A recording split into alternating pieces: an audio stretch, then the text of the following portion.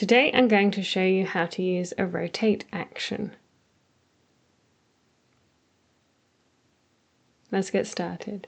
Before we start, I expect you to already know how to use AutoCAD 2D to a pretty good level, and I expect you to know how to create and work with blocks. And of course, bring your enthusiasm. It's also helpful for you to have seen the previous lessons so you have some idea about how parameters and actions work together. What we're going to cover is how to rotate geometry using a rotate action and a rotate parameter or rotation parameter. You're going to need these reference drawings to start off with. We're going to start by applying a rotation parameter.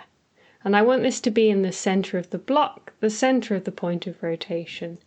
Now, it's a good tip to always think that the 0 point is 3 o'clock and then work from there.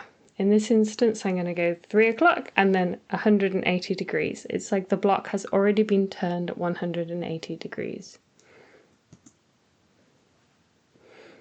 And I'm going to have one grip point. Then I'm going to launch the rotate action. I'm going to select the rotation parameter and I'm going to select the geometry that I want to rotate. Just think of it exactly like the rotate command. Once I've done all that, I press enter, I close the block and I have a look at my changes. And you'll see that if I grab the grip point and turn the geometry, it will rotate. If you're having some issues with this, I suggest that you check my SOS guide, which is included as part of this course. If you like what I do, please subscribe to my Patreon. In addition to the lessons that are available online for free, I also have a number of in-depth practice exercise, written instructions, and starter files and example files that are available to download.